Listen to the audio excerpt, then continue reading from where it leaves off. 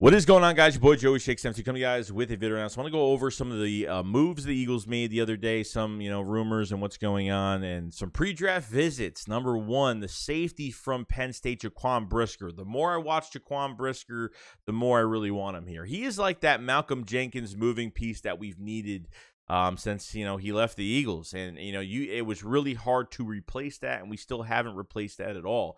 Brisker not only has physicality, but he has great coverage.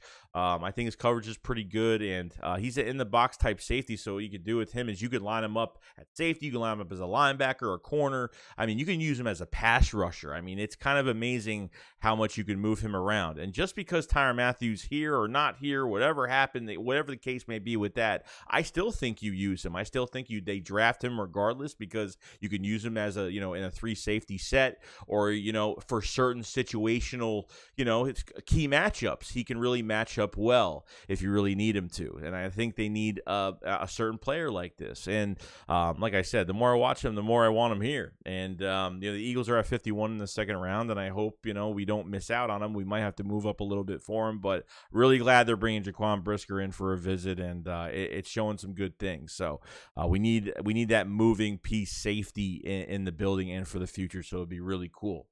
Now, they brought in Chris Olave, the wide receiver from Ohio State as well. But to kind of go back on some rumors about, there could be 2 receivers. For the rumor right now of the official draft, and between the GMs and some of the analysts that are out there right now, that 2 receivers are going to be taken in the top 10, and that's going to be Garrett Wilson, which was Chris Olave's teammate, and Jameson Williams, the wide receiver from Alabama that, is coming off injury, or is, getting better from ACL injury, and, would be the best receiver in this class if didn't have the injury. But I think teams are still taking a chance on a couple of those guys. Seen Chris Olave and on a lot of the Eagles mock drafts. I know it's not saying much, but there's a lot of connection between Chris Olave and the Eagles. I think would be a very good, he would complement Devontae Smith very well. It looks like the Eagles are looking at speed at wide receiver. They're not really looking at size at all. You know what I mean? So I think Olave would fit well, great in the red zone, great in open space. He could stretch out the defense. I mean, will open up a lot for your offense. And it's another weapon for Jalen Hurts at the end of the day. Okay, so I like this. I'm glad they're looking at guys like this, and I can't wait to see what happens with Chris Olave. So we'll see what happens. And lastly, the New York Giants, okay, there is rumors out there that they are going to be trading back the 5th pick, which they probably should.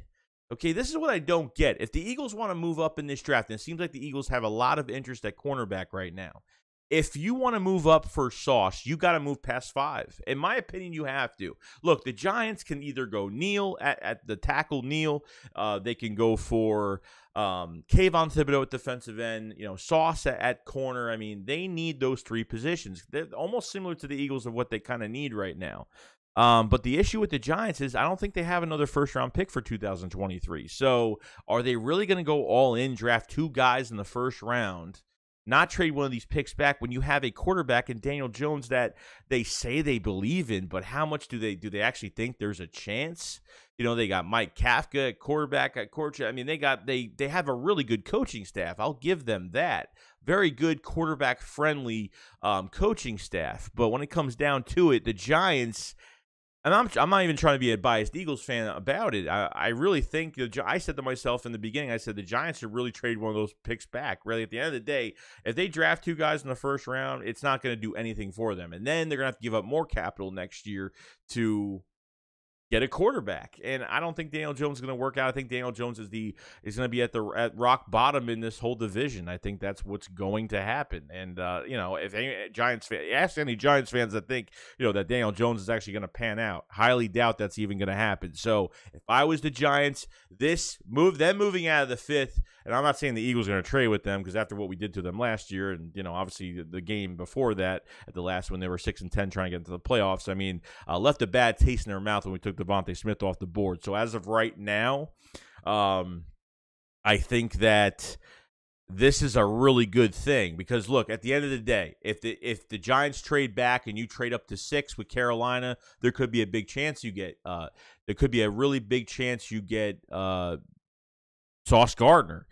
If you want to trade to Seattle at 9 to go get Stingley. I think that'd be a perfect spot if you want to get Stingley if Sauce is off the board, just because I think Stingley is going to be going to the Vikings at 12 because Gladney had the battery charge. He's gone, and Patrick Peterson signed a one-year deal. So the Vikings are down a cornerback right now, and I think Stingley is in prime position to get drafted to that team. And I think you have to jump in front of the Vikings for that. And then if you don't want Stingley and don't want to take a chance on him, then you're going to sit at 15 and just see what happens and see if Booth is available. And I think he will be available at this point. And I think Booth is a good corner. I just think his zone coverage isn't as great as everyone thinks it is. And I think his man is like where he's, which I'm glad that his man is better than his zone. And I understand that I want to kind of get away from, does he fit this system? Okay, does he fit what Jonathan Gannon is doing in this hybrid defense? I understand we play a zone scheme as well, but you got to get a guy that you can trust man to man. You got to get your corner of the future, and that's what you just have to do here. So I think, like I said, if you want to trade for Sauce, you got to go past the Giants at 5. If you want Stingley, you trade with Seattle at 9. And if you want to stay with Andrew Booth or Kyer Olam, you stay at 15, 18 if that's what you want to do. So I think it's very realistic. If the Giants are there, if they're trying to trade out, it would probably be in their best interest to do that because of, I don't know how they're Daniel Jones on the last year of his deal, and this is what they're going to do. To me, it makes absolutely no sense that they're just going to sit at 5 and not trade back and try to get more compensation and get security like the Eagles did. They got security for next year with a quarterback that is on a tryout this year pretty much to see if he's going to be the guy. So it makes total sense. The Eagles trade with the Saints. They got 15, 18, an extra third rounder, and they got a 7th rounder as well. So plus the first round pick for 23, the second round pick for 24. So there's a lot of moving pieces. Howie Roseman's not done, and Chris Olave could be a Philadelphia Eagle. Jaquan Brisker could be a Philadelphia Eagle. The Eagles want speed at wide receiver, and I think the Eagles will go after a cornerback in the first round. A lot of signs are showing that. Okay, and I would be very emotional and very happy for it. So I know I kind of rambled a little bit and kind of paused a little bit here and there, but I just kind of wanted to give my take on all of this that happened the other day with the Giants at 5, with the trading back, and obviously Jaquan Brisker and Chris Olave, hopefully being available for the Eagles or maybe having a lot of interest in both of those guys. So and even Chris Olave too did talk about Devontae Smith at his pro day and saying that how much he would look up to him if he was with the Eagles, and being that mentor for Chris Olave would be a great thing, which he did say. So other than that, guys, pretty much it. Let me know what you guys think about Jaquan Brisker, the Eagles having interest. How about Chris Olave? If Jameson Williams or Garrett Wilson is off the board, would you take Olave? Or are you going a different direction? And do you believe the Eagles? Do you believe the Giants should trade back? Trade back with one of these first-round picks. And I think will this make a difference, if they trade back, can the Eagles actually move up to 6 with Carolina and actually get this done to get Sauce? We'll see what happens. But other than that, guys, that's pretty much it. I'll see you guys in the next one. SHAKESQUAD up, follow us live. Peace out, guys. Peace.